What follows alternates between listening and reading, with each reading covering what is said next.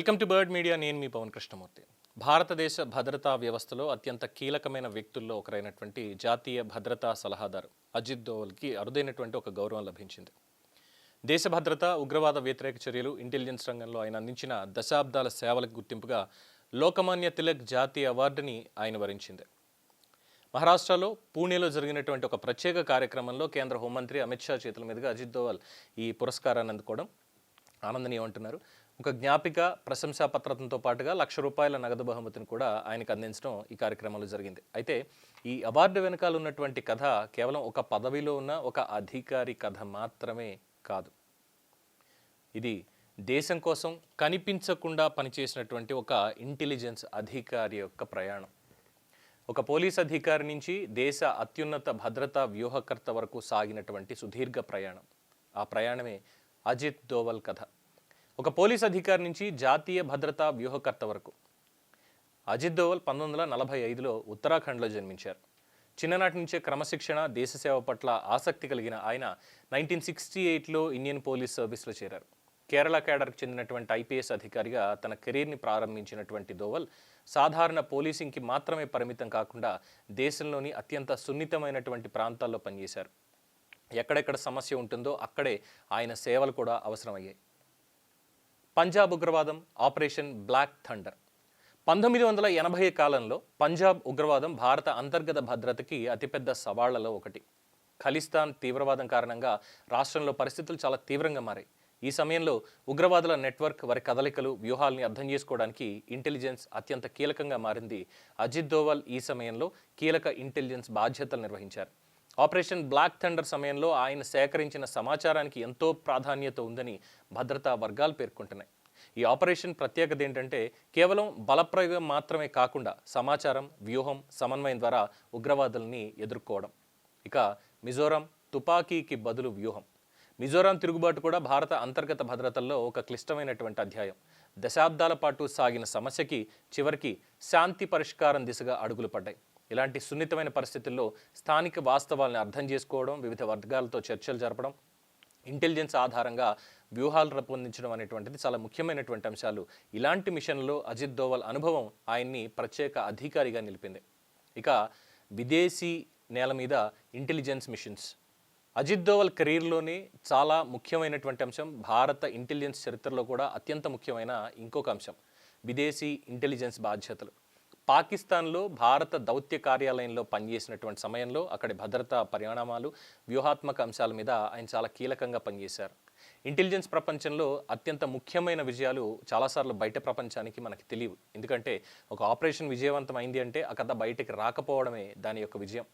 Intelligence Bureau చీఫ్గా సేవలు అందించిన తర్వాత, ఇది దశాబ్దాల అనుభవం సంపాదించిన తర్వాత Ajit Doval Indian Intelligence Bureau చీఫ్గా బాధ్యతలు చేపట్టారు. దేశ అంతర్గత భద్రతకు సంబంధించినటువంటి కీలక నిర్ణయాల్లో ఆయన అనుభవం ఉపయోగపడింది.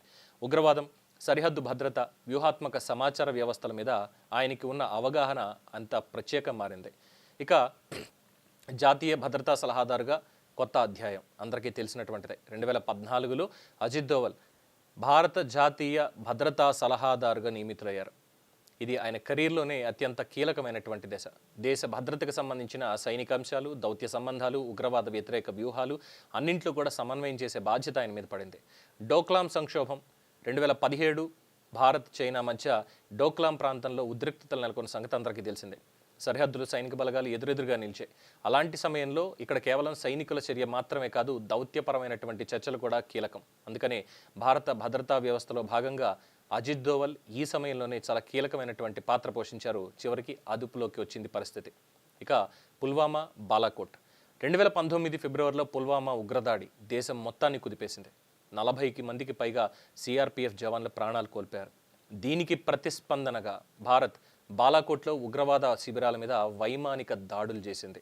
ఈ ఆపరేషన్ భారత భద్రతా విధానంలో ఒక కీలక మలుపుగా మారింది. ఇక్కడ శత్రువు దాడి చేసే వరకు కూడా ఎదురు చూడకుండా ముప్పుని ముందుగానే అడ్డుకునే వ్యూహానికి ఇది ఉదాహరణగా నిలిచిందని చెప్తారు. ఇక జమ్మూ కాశ్మీర్ భద్రతా నిర్వహణ. 2019లో జమ్మూ కాశ్మీర్కి సంబంధించినటువంటి రాజ్యాంగ మార్పుల సమయంలో, అంటే ఆర్టికల్ 370 భద్రతా పరంగా అనేక సవాళ్లు కూడా అక్కడ ఎదురయ్యాయి. స్థానిక పరిస్థితుల్ని పర్యవేక్షించడం, భద్రతా వ్యవస్థల మధ్య సమన్వయం చేకూర్చడం, శాంతి భద్రతల నిర్వహణ, ఇవన్నీ కూడా చాలా సున్నితమైనటువంటి అంశాలుగా అక్కడ మారిపోయాయి. ఈ సమయంలో కూడా జాతీయ భద్రతా వ్యవస్థలో అజిత్ దోవల్ పాత్ర చాలా కీలకంగా నిలిచింది. ఇక్కడ దోవల్ వ్యూహం ఒకటే చెప్పగలుగుతారు ఎవరు చెప్పినా కానీ, ముందస్తు భద్రత. ఆయన పనితీరును విశ్లేషించే వాళ్ళు చెప్పేటువంటి ముఖ్యమైన అంశం ఇదే.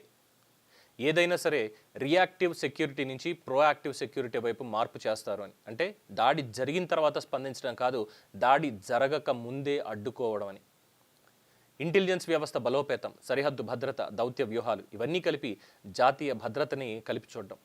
ఇక అందరికీ తెలిసినటువంటిది కానీ చాలామంది తెలుసుకోలేనటువంటిది. ఇప్పటిదాకా చెప్పుకున్నటువంటి హిస్టరీ అంతా పైకి మనకు తెలిసినటువంటిదే. కొన్ని చెప్పుకోనివి, బయటికి చెప్పనివి, తర్వాత బయటకు వచ్చిన విషయాల్లో ముఖ్యంగా ఒకటి ఉంది. యాక్టర్ సూర్య ఉన్నారు కదా, సూర్యకి సంబంధించి ఒక సినిమా ఉంది బందోబస్త్ అని. ఆ బందోబస్త్ సినిమాలో సూర్య క్యారెక్టర్ ఏదైతే ఉందో, ముఖ్యంగా ఒక ఆపరేషన్ చేయడానికి పాకిస్తాన్ దౌత్య కార్యాలయంలో పనిచేయడం మాత్రమే కాదు, దాదాపు ఆ పోస్టులోకి రావడానికి ముందే 7 ఏళ్ల పాటు పాకిస్తాన్లో అసలు అతను భారతీయుడా కాదా అన్నది కాదు, పూర్తిగా పాకిస్తానీ కిందే మారువేషాల్లో తిరిగి అక్కడ ఎలాగా మొత్తం అంతా ఆపరేషన్ నిర్వహించారు అనే దానికి అజిత్ దోవల్కి ఒక పేరుంది. ఖచ్చితంగా ఆయన ఎవరికి అసలు భయపడ్డ ముందు ఎంతటి ఇబ్బంది ఎదురవుతుంది అనుకున్నా సరే దానికంటూ ఒక సొల్యూషన్ ఇమ్మీడియట్గా ఆయన దగ్గర ఉంటుంది. ఖచ్చితంగా మనకు ఒక ఇబ్బంది వస్తుంది అనడానికి, ఒక వార్త వస్తుంది అనే లోపే అక్కడ దానికి సంబంధించినటువంటి డిఫెన్స్ సిస్టమ్ని ముందే పెట్టేసి ఉంచుతాడు అని చెప్పని చాలామంది చెప్తారు. సో ఇక్కడ ఈ అవార్డుకి అసలు అర్థం చెప్పుకోవాలి అంటే, ఒక సైనికుడు సరిహద్దులో నిలబడి దేశాన్ని కాపాడుతాడు. ఒక ఇంటెలిజెన్స్ అధికారి శత్రువు ఆలోచనల్ని ముందుగానే అర్థం చేసుకునేటువంటి ప్రయత్నం చేస్తాడు. అజిత్ దోవల్ ప్రయాణం ఒక ఐపీఎస్ అధికారి నుంచి ఇంటెలిజెన్స్ చీఫ్ వరకు కూడా, అక్కడ నుంచి దేశ జాతీయ భద్రతా సలహాదారు వరకు కూడా సాగినటువంటి అరుదైన ప్రయాణం. ఎన్నో సాహసాలు ఉన్నాయి, ప్రాణాలు కోల్పోయే పరిస్థితులు కూడా త్రుటిలో తప్పించుకుని వచ్చారు.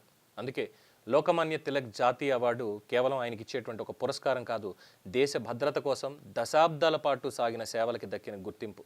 ఒక సైలెంట్ వారియర్కి దేశం ఇచ్చినటువంటి ఒక గౌరవం. Hats off to Ajit Doval sir. దీని మీద మీ అభిప్రాయం తెలియచేయండి. చూస్తూనే ఉండండి ది బర్డ్ మీడియా. ఈ వీడియో మీకు నచ్చినట్లయితే లైక్ చేయండి, షేర్ చేయండి, సబ్స్క్రైబ్ చేయండి. మరిన్ని అప్డేట్ల కోసం మా వాట్సాప్ ఛానల్ను ఫాలో చేయండి.